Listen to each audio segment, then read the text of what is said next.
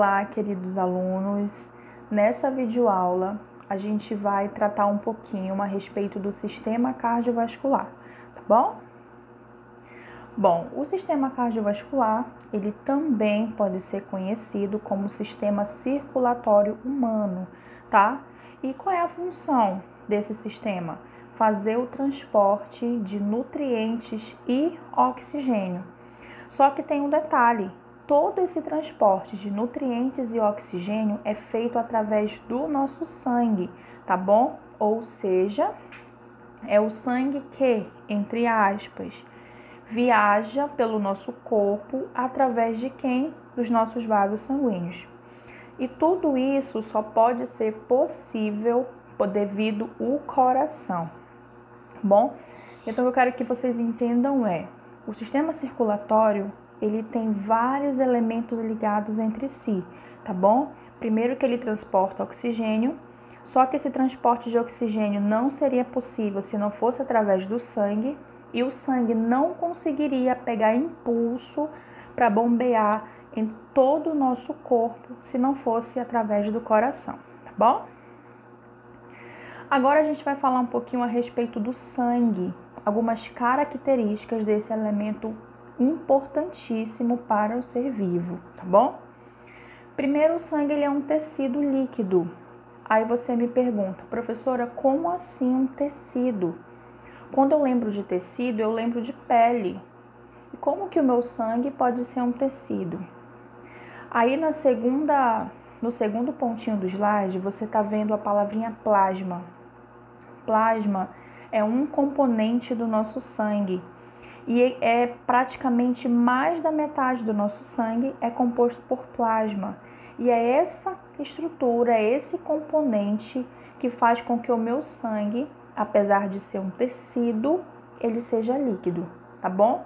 Por que eu chamo o sangue de tecido? Porque ele é um conjunto de células. Lembra lá quando a gente estudou o que é tecido? É um conjunto de células, todas elas têm a sua função e trabalham ao mesmo tempo. Então, pelo sangue ter um conjunto de células, ele pode ser considerado um tecido. Só que ele não é um tecido como a nossa pele, porque ele contém plasma, e esse plasma torna esse tecido líquido, tá bom? Um adolescente tem em média de 4 a 5 litros de sangue, né, no seu corpo, circulando o tempo inteiro, e um adulto 6 litros, beleza? Avançando, a gente vai falar um pouquinho de quem são essas células. Eu acabei de falar para vocês que o sangue ele é composto por um conjunto de células, mas que células são essas, tá bom? A primeira que a gente vai ver aí, ó, são os glóbulos vermelhos, que também podem ser conhecidos por outros dois nomes, tá? Glóbulos vermelhos, eritrócitos ou hemácias. Então, se você ouvir um desses três nomes, você já vai saber que essa é uma das células do nosso sangue, tá bom? É a célula em maior quantidade em nós, seres humanos. Possui a forma de um disco côncavo, como você está vendo aí nessa primeira imagem. Não possui núcleo.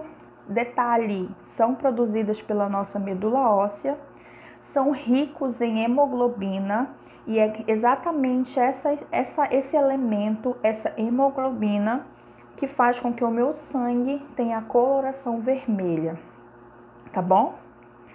E qual é a função dessa célula? Transportar o oxigênio. Então, por que ela tem que ser em maior quantidade? Porque ela tem a função principal. É ela quem transporta o oxigênio para todas as minhas outras células do meu corpo, tá bom? Avançando, a gente tem aí os glóbulos brancos, tá? Então, o primeiro conjunto de células foi os glóbulos vermelhos. Agora a gente vai ver a respeito dos glóbulos brancos, tá? Que pode ser conhecido também por outro nome, leucócitos, tá? Os glóbulos vermelhos, eritrócitos, glóbulos brancos, leucócitos. Eles também são produzidos na medula óssea, bom? E tem uma função primordial, fazer a defesa do nosso organismo. Então, é como se eles fossem ali os nossos soldadinhos de defesa, tá bom? E fazem aí a nossa proteção, destruindo bactérias, vírus, substâncias tóxicas que nos causam infecções e outras doenças.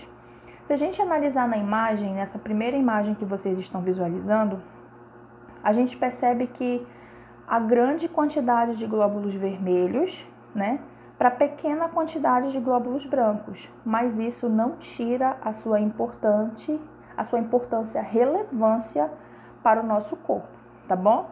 Na primeira imagem é uma imagem ilustrativa de internet e a segunda imagem é uma imagem microscópica, é como realmente é o seu leucócito, tá bom?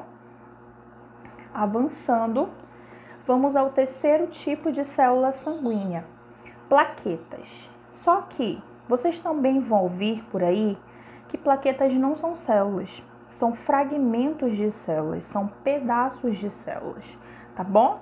Então a gente nem caracteriza como uma célula de fato, mas ela entra no grupo das células sanguíneas, tá bom? Plaquetas também podem ser conhecidas como trombócitos, tá? Então, além de plaquetas, elas também têm outro nome, trombócitos. As plaquetas estão presentes em cada gota do nosso sangue e a sua função é coagulação sanguínea. Professora, como assim? Sabe quando você sofre um corte, sei lá, você tá ali, pegou uma faca, você foi cortar alguma coisa e você se cortou. Dependendo da profundidade do corte, você vai ver que vai sangrar bastante. Mas vai ter uma hora que aquele sangue vai estancar, vai ter uma hora que vai parar de sangrar. Quem foi que fez esse papel? Quem foi que entrou em ação? As nossas plaquetas. É graças a ela que a gente não sofre hemorragia, mas também é por causa dela que muitos têm hemorragia.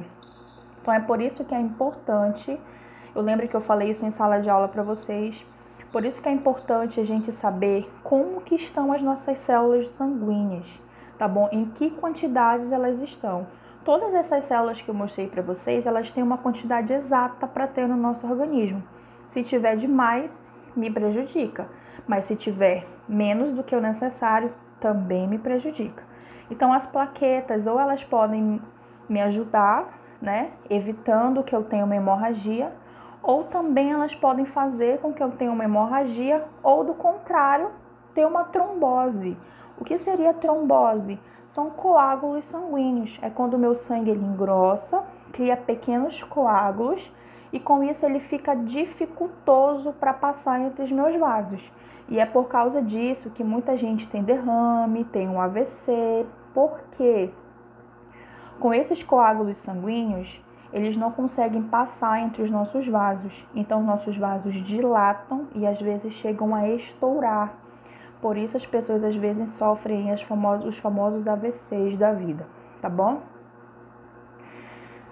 Avançando, bom, no primeiro momento a gente vai falar apenas disso, porque vai ficar um conteúdo muito extenso.